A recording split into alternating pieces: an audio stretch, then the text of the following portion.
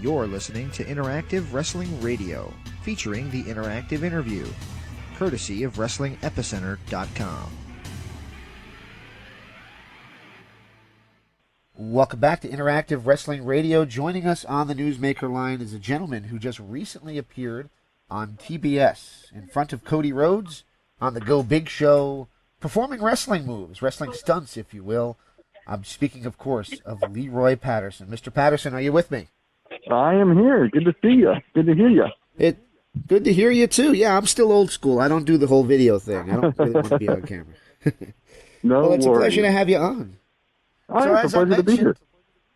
Yeah, as I mentioned a few weeks ago, I was watching the Go Big Show. My kid likes it, and we're big AEW fans around here, and saw you do wrestling moves, do wrestling stunts on the show. And I got to tell you, when I first saw what you were going to do and I kind of pieced together what it was going to be, my first thought was, I wonder how Cody's going to like this. So what was it like, the experience of going on that show and doing those crazy stunts? Oh, it was awesome. I've done a lot of different reality shows over the years. I've done like America's Got Talent and similar shows in Germany and Italy, France, and Romania. I've done the Gong Show. So I'm used to being on stage and performing usually wrestling style stunts and whatnot. But this was the first time that I had ever done it full on, like a wrestling performance in front of a, legendary professional wrestler. And so I was a little nervous because in those situations it could go either way. They could either be like, oh my God, that was awesome, that was a ton of fun, or they're going to hate it. They're going to have very strong opinions either way on that kind of performance. And so seeing Cody's response to it, I completely understood, and I was kind of half expecting it. There you go. So when you did all those moves and you saw, how the other judges reacted, were you happy with how they felt you did, or do you think that they just flat out did not get what you were going for?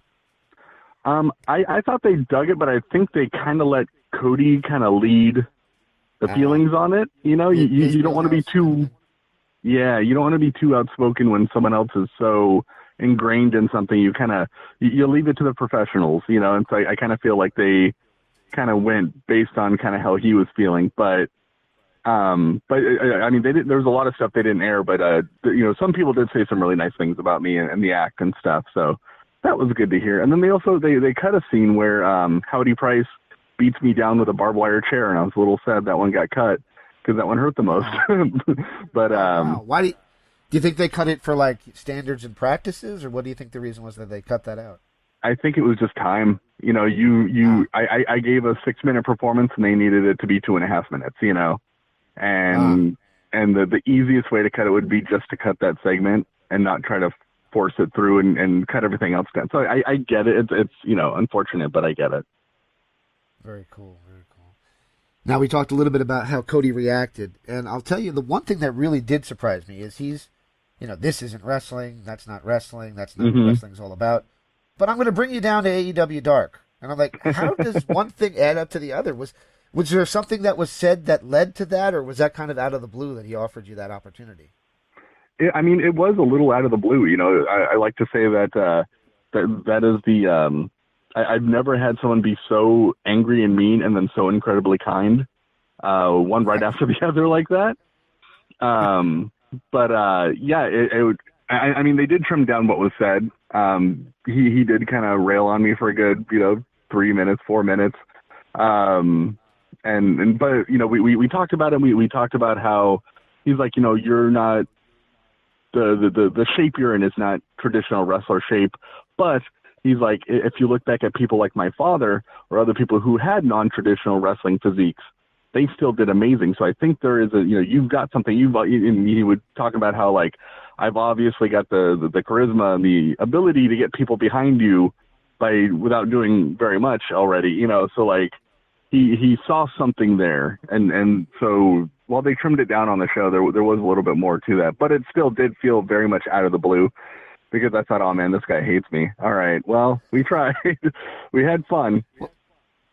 Now, when you did the AEW Dark taping, was that over at Universal Studios in Orlando? Yeah. What was we that flew out to experience Universal. like being? Oh, it was amazing. With the old Impact Zone, if you will. Yeah, it was incredibly scary at first, because honestly, like, I haven't wrestled since 2016. Because the Fed that I wrestled for, Freak Show Wrestling, they shut down around then. And I kind of hate, like, backstage politics. I hate the drama. I hate the egos. And I want to just be in an environment where it's a bunch of people who like each other wanting to put on a great show. You know, just cool, fun people to hang out with, and we're doing our best to put on an awesome show. And I felt that at AEW. It was something I hadn't felt in years, and it was so nice to be able to be in a locker room, be in a place where everyone is just cool with each other. We're fun. We're talking about Pokemon and just, you know, being goofy. I knew 2 or 3 people back there, and Howdy Price knew a ton of them. So it was nice to, like, hang out with old friends and meet new ones, and then you get to go out there and perform and do, you know. And what after I spoke with 10, and we kind of figured out what was going to happen, and we talked about it, I felt much more comfortable. I was like, oh yeah, I remember how to do this. I remember how to be a wrestler. It's just like jumping on a bike again. I think I'll be fine. Very cool. So everybody there was welcoming of the new guy, and especially considering you came from the reality show, or did they even know that you were coming over, you know, from the reality show? Yeah, I don't think they knew. It was the thing, and I kind of kept it that way just because, and it was a little intimidating because there were so many people there that were getting their tryouts too, or that, you know, were in the tryout process. That they're like, yeah, you know, I just wrestled in Georgia last night, and I, you know, had to drive, you know, as soon as the show was over, I didn't even stop at a hotel. I just drove all the way to Florida, and then, you know, slept for 3 hours, and I'm here to wrestle. You know, there was so many people that dedicate their life, that this is their every waking moment. And I felt bad because I was like, oh man, I might be taking a spot from one of these people who possibly deserve it more than I, but just because I was, you know, an idiot on a reality show, I get the opportunity. So I wanted to make sure that I really went out there and did some fun stuff and kind of gave it my all and show that, you know, I may not be doing all the crazy high flying or the technical wrestling that everyone's doing, but I can be entertaining and I can put on a show. And that was kind of what I was hoping to achieve, and I feel like I did that. Very cool. Any thoughts on if you're going to get another opportunity to go back and do it again? I have no idea. After the match, Tony Khan came out with a microphone, you know, to the stage and was just like, I don't care what Dave Meltzer says. That was a 5-star match. And I thought he was making fun of us because, you know, it was a kind of a goofy comedy match, and I thought he was ripping on us. And so, but I went backstage and he was just showered us with praise and said a lot of really nice things, and it was so nice. And then everyone was like, oh my God, no, he would never do that. He really liked it. And, you know, they explained that, like, he was super excited during the match, going, yeah, and just like way into what we were doing. So he seemed to really like it. And we had a friend or two talk to him afterward, you know, after the show, and it seemed like they want to bring us back. That hasn't happened yet. I thought it would when Go Big Show aired 2 weeks ago. I thought they would have brought us back, but I don't know. It's still totally possible, but I'm not necessarily holding my breath. But fingers crossed. Fingers crossed. All right. So one of the cool things that I did not know, and this is kind of funny considering you look a little different. I mean, not drastically different, but a little different, is I used to buy all the VHS tapes of XPW. Oh, nice. The original run of XPW years and years ago. So when I looked up your history, I'm like, oh, crap, I do remember this guy. He was a wrestler 20 years ago. He wasn't lying. Yeah. What was that experience like working for Rob Black and the crazy West Coast XPW promotion? Oh, man. Well, if you've seen the Dark Side of the Ring episode, it's pretty legit. It's like 99% legit. For all the and they only touched on some of the craziness. It was definitely a wild, crazy time, especially as someone who I started training there when I was 17, because I'd been backyard wrestling before then. And I was desperate to become a pro wrestler, and so they were the only school that would take me in at 17, and it was some of the best times of my life and some of the worst. Like Rob Black, I am incredibly thankful for the opportunities that he provided and the place that he created that allowed me to do some really neat stuff. But he's also a horrible human being, and it was really tough working for him. So that when I eventually got let go, I was very happy and totally fine with that. But I do appreciate the opportunities and all the memories and everything that I got to, you know, I got my jaw cracked by Sabu. I got thrown off a stage by Abdullah the Butcher. I got to hand Terry Funk his the alcohol that he uses to blow fireballs, and I got to fight Vic Grimes and fight for the world title and in the main event, so like I had so many neat, fun memories and opportunities there, but Rob just kind of tainted all of them with just how terrible of a person he is. Was it just the stuff that they said on the Dark Side of the Ring, or was there something specific to you that made him a terrible person? Oh, he was just really, really mean to me. And I mean, everyone else, to be fair, for the most part. But do you allow cussing on your show? Yeah, absolutely. Oh, okay, cool. But yeah, he would be like, so once I started wrestling, I still had to do ring crew stuff, but they didn't want me out there because that would kind of ruin the illusion. So I did backstage ring crew stuff. And so I'd usually have to work with Rob Black a lot. And he'd be like, all right, Leroy, you fucking idiot. Go get me my green notebook out of my car. He'd throw his car keys at me. I'm like, all right. So I go back and I grab a green notebook out of his car and I bring it back. And then he opens it. He's like, no, not this one was in the passenger seat. I need the green one in the back seat, you fucking moron. You piece of shit. And he would just like throw thousands of insults at me, and I'm like, all right, cool, thanks, dude. I'm paying to be here. I paid for the wrestling school to be a ring crew guy. I'm not being paid, and you're treating me like garbage. That's terrific, fun, thanks. Or I'd show up somewhere and he'd be like, why the fuck are you here? Who the fuck invited you? And I'm like, Kevin Kleinrock did. I'm here to help with this thing. He goes, whatever. And like, just non-stop. The 3 years I was there, he said one nice thing to me. And it was after my first match, and I came back, and he was like, good match, Leroy. That was a good one. And I was like, oh, who are you, and what have you done with Rob Black? Because that was a nice thing you said to me. Yeah, so I'm incredibly thankful for all the opportunities and all the, the memories and the fun, but he's garbage. Ah, there you go. I don't know if there's anything here, but I've heard some stories from the guys that were backstage that the Extreme Associates girls were a lot of fun to have backstage. Is there any truth that it was as wild backstage as the stories that I might have heard? So I mean, I myself never saw any like super sexual scandalous things happening. I saw a lot of people using drugs, but I know they were incredibly nice. A lot of the people who work for Extreme Associates and for XPW were incredibly nice and really cool people to hang out with.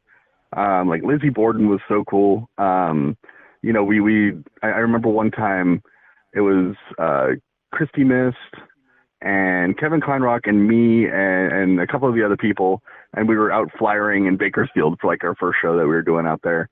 And I remember they Josh Lazy lifted up Christy Mist and Kevin Kleinrock. He was like, Kleinrock 3D, and then like Kevin Kleinrock ran and gave her the 3D onto the bed or whatever. It was like harmless fun. Everyone's fully clothed, nothing scandalous, but it was just like fun, goofy moments like that. Like those were the great times. Those were the wonderful, fun times working with people that I really liked. Getting to do some really fun stuff and trying to promote XPW. Anytime Rob was there, I was like, this. But nearly everyone else was freaking awesome. There was a post Rob Black XPW that was around. I know it didn't last very long. I think there was like 2 shows, Cold Day in Hell and the 10th anniversary show. You wrestled Pogo the Clown at that one, which I must admit I haven't seen the match, but I can imagine it probably was a good match.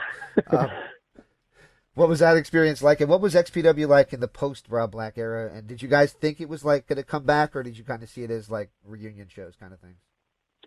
So I was also working at Big Vision at the time, which Kevin Kleinrock, was one of the co-owners or the presidents of, and so they were the ones kind of in charge with XPW happening. So I was there from the beginnings of the ideas to I had to go and deliver all the tables to the arena. I had to drive a U-Haul to go drop off stuff, so I was heavily involved with the productions of those shows.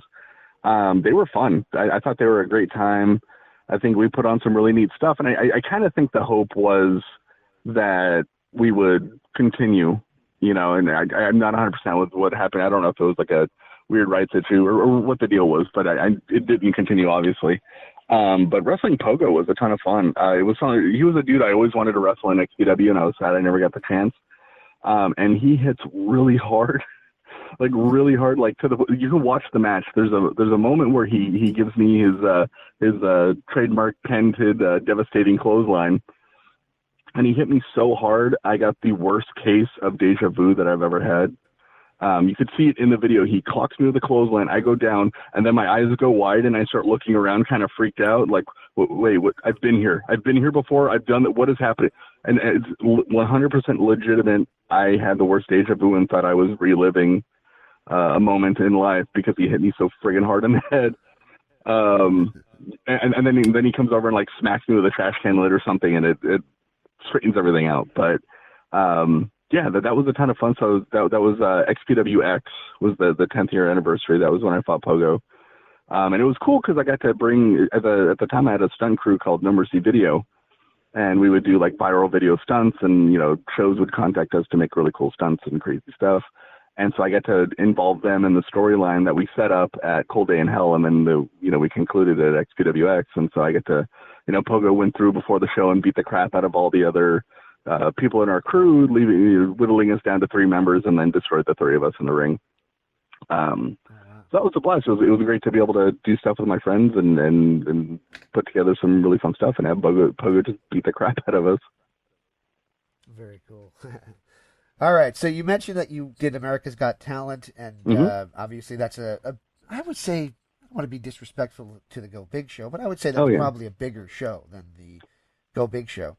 What was the experience like being in front of that national audience on network TV, and I guess did that prepare you for the Go Big Show, if you will? Yeah, it definitely, AGT was definitely life-changing for me, because at the time, we were doing the viral video stunts, and I was wrestling and that kind of stuff, but it had never really taken off to anywhere. I didn't have a major direction with it. It was just like, keep throwing stuff at the wall and hope it sticks. And when I got AGT, I was expecting to like get booed off the stage, because shockingly they approved of me landing on, 5,000 thumbtacks over and over and over. And so when I got there, I was expecting like, okay, I'm going to do my act. We'll see how good. So it was really the first time I had done it. I had taken thumbtack bumps before, but never one right after the other, consecutively like that. So it was a very like, we'll see what happens. And it went well. I was super happy with the performance, but then I was still expecting to get, booed off stage and get 4 X's and no's and get sent home. Cause that's usually the role I play on reality shows, is like the goofy idiot who loses first. And that didn't happen. I got 3 yeses. I got enough to move on to the next round, and I was shocked. And it was neat. It made my act. It gave it merit. I feel like it made it a little bit more valuable, a little bit more special, and it allowed me to tons of other shows started reaching out to perform on. I now had a really cool demo reel where I didn't have to go and do the act in front of like, casting directors and stuff anymore. It gave me, an act really that I could take anywhere around the world and do it without needing to speak the language or to, it was the pain was a universal language. And so it was neat. And then, getting to perform in front of, the judges was super cool. Getting to be on that national stage and it was really for the first time, because I'd done reality shows before then. I was on like MTV True Life. I'm a Backhead Wrestler. I was on a show called Solitary, where they locked us in a room and just tortured us for days. I've done reality shows before, but never on quite that level. And so it was really neat. It was such a cool, life-changing experience that I'm super happy to have done. Now, on your bios, it always says you have an extremely high pain threshold. Yeah. Is that entirely true, or is it just that you're willing to do this stuff to yourself for the opportunity to be on TV and to get the notification and notoriety that you've gotten? Mm-hmm. Or, I mean, are you feeling it, or is it really like you have just a ridiculous high pain threshold? I do have a high pain threshold, and it certainly helps when you're out on stage because you have that adrenaline rush going. And so like 95, 97% of the stuff that I feel that happens to me on stage, I don't feel it. On a rare occasion, something will hit where I'm like, ooh, that one hurt. That's going to be a problem. I'm going to have to keep an eye on that one later.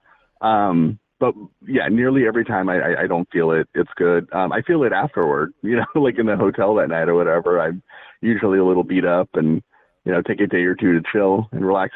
After Go Big Show, I definitely had to relax because my tailbone was a little beat up and my wrist was a little beat up. I believe both those were from the steel chair attack that didn't air, which was unfortunate. Right. But yeah, I mean, I certainly feel it after, but in the moment, no, I don't really feel a thing.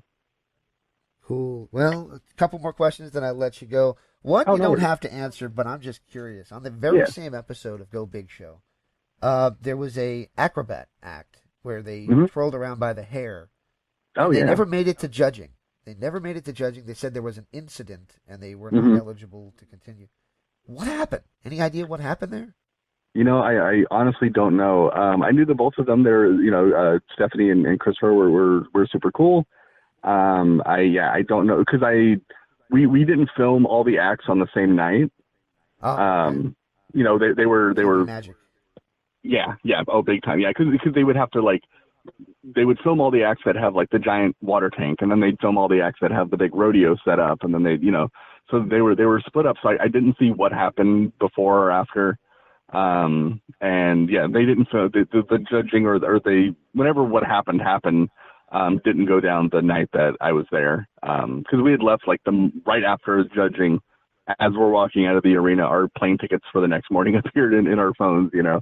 So I don't know. If I knew, I'd probably tell you. But yeah, sadly, I don't know. I'll have to ask them, see what's up. No problem. And the final question I have for you is: when you're not doing reality shows and causing yourself bodily harm and getting to appear on YouTube wrestling shows that are pretty huge, and if you really think about it, AEW Dark is huge. What is the life of Leroy Patterson? What do you do other than these things? Yeah, I'm the senior video editor for Giphy. So I make animated GIFs all day, which is friggin' awesome. It's the best job I've ever had. I make goofy TV pilots and shorts and skits. I have a YouTube channel called Sneak Kings. It's Kings with a Z at the end, where me and Howdy Price, we go around and try to find as many copies of the Burger King video game Sneak King that we can. We've got 2,900 copies so far. And the show is fun and absurd. We have an animated sidekick, and we have just a lot of goofy fun, and there's a fun narrative going through the story. So there's that. I play a lot of video games. I love video games. So I play those from now and then. I'm married. My wife is amazing, and we have a good time together. And yeah, I just try to keep making cool stuff and seeing what the next adventure is. Very cool. Well, like I said, it was interesting seeing you appear on that show, and I kind of as soon as I heard and saw what you were going to do, I just wanted to see what Cody was going to say, and you took it on the chin, and it was a lot of fun to watch what you do as well as Cody's reaction to it. And I think for wrestling fans that appreciate all the different forms, including hardcore, it was really cool to see it all kind of come together right on that stage. That was really cool to see, man. Oh, thank you so much. I really appreciate that. All right. Well, I won't take any more of your time. Hey, before I let you go, can I ask for one last favor from you? Sure.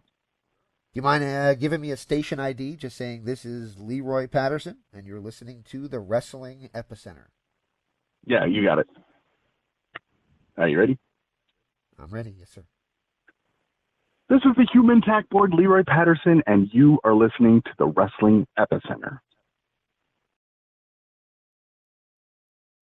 This is Interactive Wrestling Radio. Interactive Wrestling Radio. Interactive Wrestling Radio. Interactive Wrestling Radio. Interactive Wrestling Radio. Interactive Wrestling Radio. Interactive Wrestling Radio. Oh, for us. Featuring the interactive interview. Interactive interview. Interactive interview. Interactive interview. Interactive interview. Interactive interview. Interactive interview. Oh yeah. Formerly The Blaze. The Blaze. The Blaze. The Blaze. The Blaze. The Blaze. The Blaze. The Blaze. The Blaze. The Blaze. The Blaze rock. Yo, Mania, so what you gonna do when the Blaze of Mania runs wild on you? On WrestlingEpicenter.com. Wrestling Epicenter. Wrestling Epicenter. Wrestling Epicenter. Wrestling Epicenter. Wrestling Epicenter. The Wrestling Epicenter. Don't get off. And now we shamelessly name drop from our history. The Wrestling Epicenter would like to apologize for the following. All right, everybody. Viva la raza. Viva la raza. Hey, yo. Hello, ladies. Hey guys, We had a lovely conversation. first lady. Absolutely. Oh, look at me. She's so kooky. Be there. Where else? Interactive Wrestling Radio. Wrestling. Epicenter. Oh my god. what? You win! Love being interactive. I was not shooting. I almost missed my pants. Breaking neck. I got 2 words for you. I've heard a lot about you guys. Let's go. Excuse my language. You're going to go to the shop. No nerves. That was great. It's going to be cool. Woo! What it's all about. The purest point of view. The living legend. Champion. Arrogant. You're listening to me. Instead of statement, I'm talking to you. Charisma. Without you. In the land of extreme. Testify. Nevermore. Interactive. Interview. I'm not just the best. Interactive. Interview with a plastic. You earned the right. Nobody. You better keep listening. Thank you very much. Controversy creates cash. Professional wrestling. Made in the USA, baby. Memphis wrestling. The guy on fire.